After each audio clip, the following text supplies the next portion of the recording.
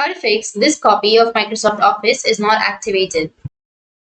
So if you want to fix this copy of Microsoft Office is not activated, then what you need to do is just go with once you're on the Windows Explorer, now you just need to simply go with the C drive.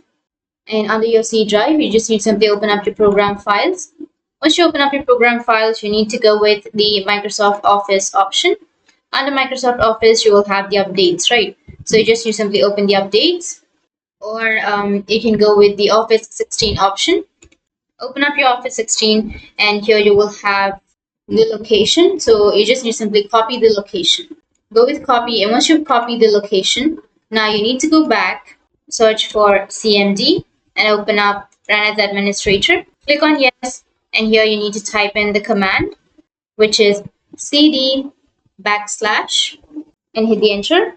And after that, type cd and paste the thing which you've just copied. And after that, hit the enter.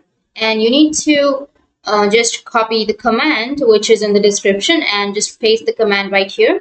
So go with the description, copy from the description. And once you've pasted, you just need to simply go with the next command and again paste the next command and hit the enter.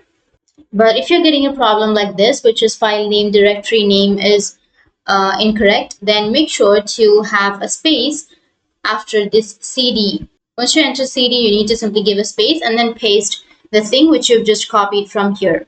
And after that, you need to paste the command which is in the description and hit the enter. And it will take some time to process. After that, go with the second command. And once you enter the second command, you will get this kind of interface where what you need to do is just go with the SKU ID, which is right here, or the product ID. You just need to simply go with the SKU ID, which is right here.